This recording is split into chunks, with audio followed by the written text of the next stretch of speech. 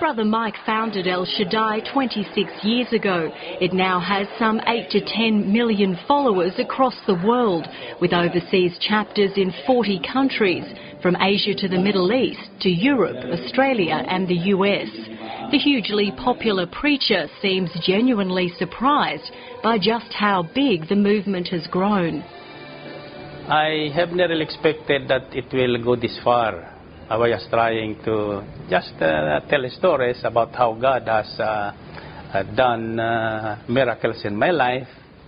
Then it got caught attention with the public. Saturday, rain or shine, they flock here to hear Brother Mike's weekly prayer rally. This is El Shaddai's fourth home, having outgrown their previous 3 beds. So ayan, mapagpalang araw mo mga ka-pray partners. Ako po muli ay si Sister Daisy at ayan, napanood po natin ang video na ito ay ang original title po niya ay Invitation for the First Middle East Convention and Healing Rally. Ayan po sa channel po ni Mr. Arbab. So kung gusto niyo pong panoorin ang buong video, ang link po ay nasa comment box section. Ayan, kung mapapansin niyo po mga pray partners, ayan, nilalagyan ko po ng title ang mga video at playback ng ating gawain para mas madali pong mahanap ng ating mga ka-pray partners. And to credit po yung original uploader.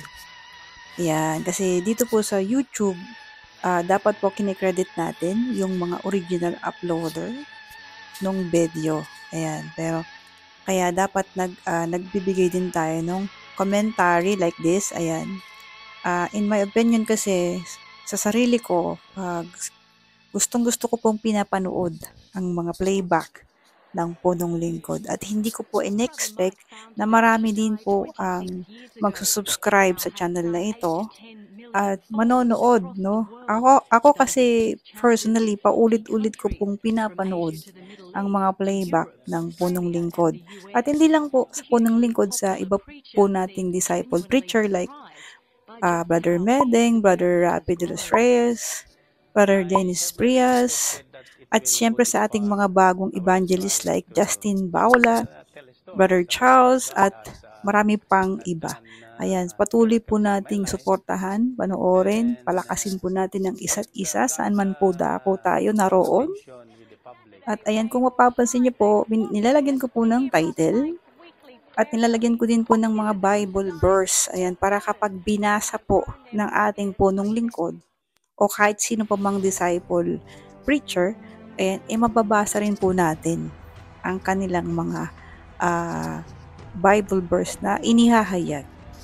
And then nilalagay, syempre, finally, kine-credit din po natin yung original uploader, which is makikita po natin sa comment box section sa baba. So, ayan, yun po ang ginagawa ko. So, I hope nagugustuhan nyo po panoorin yung mga playback ng ating gawain.